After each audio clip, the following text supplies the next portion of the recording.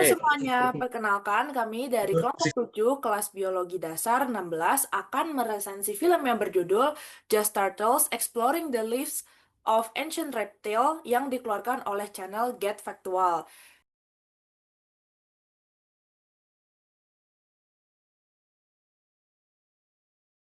Nah, di sini kami akan membahas terkait sejarah dan evolusi penyu dan kura-kura, cara beradaptasinya, siklus hidupnya, dan juga jenis-jenis serta kamuflasenya, serta kaitannya dengan prinsip dasar biologi.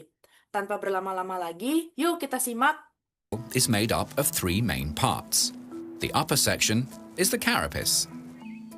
Underneath, the plastron, with bony structures called bridges, fusing the two on either side. Nah, yang pertama ada sejarah dan evolusi terkait nenek moyang kura-kura. Jadi, fosil tertua kura-kura ditemukan pada zaman Trias sekitar 240 juta tahun yang lalu dan menandakan bahwa hewan ini merupakan salah satu reptil purba yang telah bertahan sangat lama di bumi. Berdasarkan hasil analisis DNA, peneliti ini menemukan bahwa kura-kura ini merupakan keturunan dari Archosaurus yang juga merupakan nenek moyang evolusi dari dinosaurus, buaya, dan burung. Nah, pada era Kapur atau Cretaceous, kura-kura mencapai ukuran terbesar sepanjang sejarah dengan berat mencapai 2 ton atau 2 kali lipat dari kura-kura yang kini hidup berdampingan dengan kita. The shells of these marine turtles can grow more than 2 meters in length, with mature adults weighing up to 900 kilos. That's similar to 2 grand pianos. Sebagai hewan berdarah dingin, perilaku mereka sangat dipengaruhi suhu lingkungan. Kura-kura dapat bergerak lambat, sedangkan kura-kura air lebih cepat karena bantuan sirip. Mereka hidup soliter, bertemu hanya saat musim kawin, dan dikenal berumur panjang. Galapagos dapat hidup 150 tahun, sedangkan penyu 50-80 tahun. Umur panjang ini didukung metabolisme lambat dan perlindungan alami dari cangkang keras. Hidden necks are better represented with 11 family groups. They have a much wider distribution, living in both hemispheres in a variety of terrestrial and aquatic habitats. Dan kura-kura dimulai dari umur yang bahkan di barat, biasanya pada usia 12 sampai 30 tahun. Penyu betina mampu bertelur hingga 115 butir seukuran bola pingpong. Uniknya, jenis kelamin anak penyu ditentukan oleh suhu sarang telur yang diinkubasi pada suhu 27 derajat Celcius. Cenderung menghasilkan jantan, sedangkan suhu yang lebih hangat menghasilkan betina.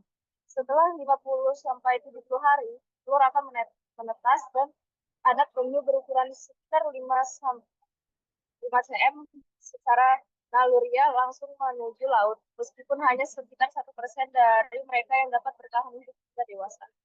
Kura-kura dikenal sebagai hewan dengan umur panjang. Spesies seperti kura-kura Galapagos dapat hidup hingga lebih dari 150 tahun. Sedangkan kura-kura kecil memiliki umur sekitar 30 sampai 40 tahun dan penyu antara 50 hingga 80 tahun. Panjang usia ini disebabkan oleh metabolisme yang lambat, kemampuan adaptasi terhadap lingkungan ekstrim, cangkang keras yang berfungsi sebagai pelindung alam, serta faktor keberuntungan. Named after their large heads, these turtles use their powerful jaws to crunch through spiky sea urchins and hard shellfish. Ini kita akan membahas tentang perbedaan antara kura-kura, penyu, dan terapin.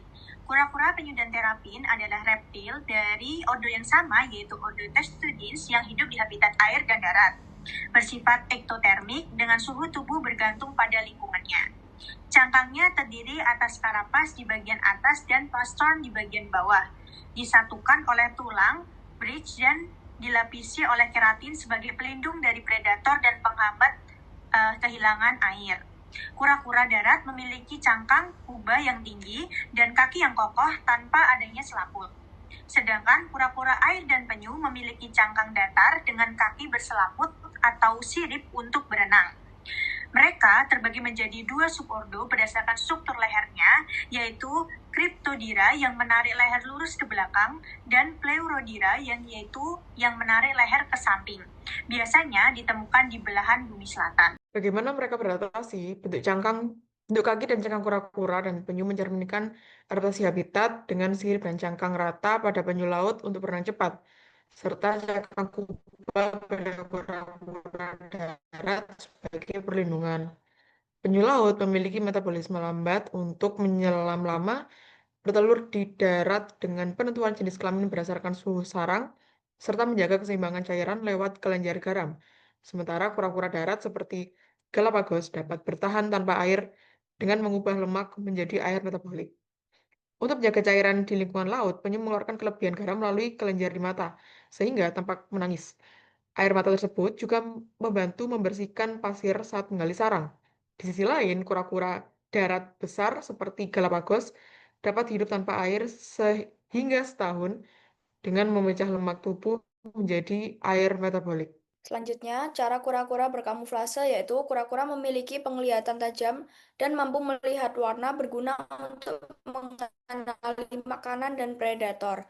Mereka memiliki penciuman baik melalui organ Jacobson di langit-langit mulut dan sistem counter shading pada cangkang bagian bawah lebih terang dan bagian atas gelap, membantu kamuflase di laut.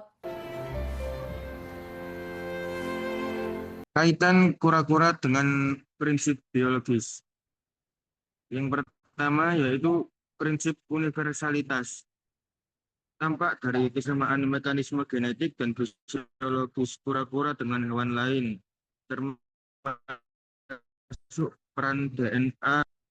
Yang kedua, kontinuitas, yaitu terlihat dalam pewarisan genetik dan perilaku dari nenek moyang Archosaurus hingga kura-kura modern. Yang ketiga, evolusi, tercermin dari perubahan bentuk, ukuran, dan adaptasi kura-kura selama jutaan tahun. Yang keempat yaitu diverse, muncul dalam perbedaan antara kura-kura darat dan penyu laut, baik dari segi morfologi maupun perilaku. Yang kelima yaitu homeostasis, yaitu terlihat pada kemampuan mereka mengatur suhu tubuh dan metabolisme untuk bertahan dalam lingkungan yang berubah-ubah. Dan yang terakhir yaitu interaksi, yaitu tergambar dari hubungan kura-kura dengan lingkungannya, seperti ketergantungan pada suhu untuk menentukan jenis kelamin dan penggunaan medan magnet serta cahaya matahari dalam navigasi. Sekian yang dapat kami sampaikan terkait resensi film. Semoga resensi film ini dapat menambah pengetahuan kita terkait kura-kura, penyu, dan kaitannya dengan prinsip dasar biologi. Sampai jumpa.